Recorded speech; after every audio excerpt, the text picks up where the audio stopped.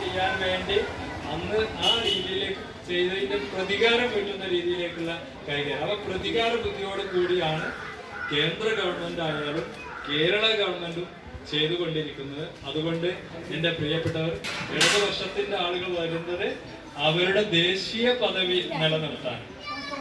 അവർക്ക് സീറ്റ് ഇപ്പോ ഇന്ത്യ യൂണിയനിൽ കേരളത്തിലുള്ള ഇടതുപക്ഷത്തിന്റെ ആളുകളില്ല. ഇടതുപക്ഷത്തിന് നിങ്ങൾ വോട്ട് കൊടുത്താൽ ഇന്ത്യ യൂണിയൻ BJPക്കെതിരെ എന്ന രീതിയിലേക്ക് വരുന്നൊരു സംവിധാനമില്ല.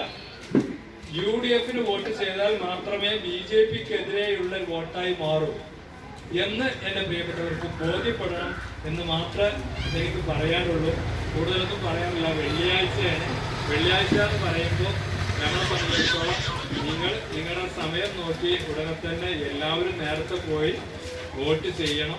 ഒരു കാരണവശാലും വിരുന്ന് പോവാനോ അല്ലെങ്കിൽ വേറെ രീതിയിലേക്ക് ടൂർ പോവാനോ നിങ്ങൾ ഒരുങ്ങരുത്.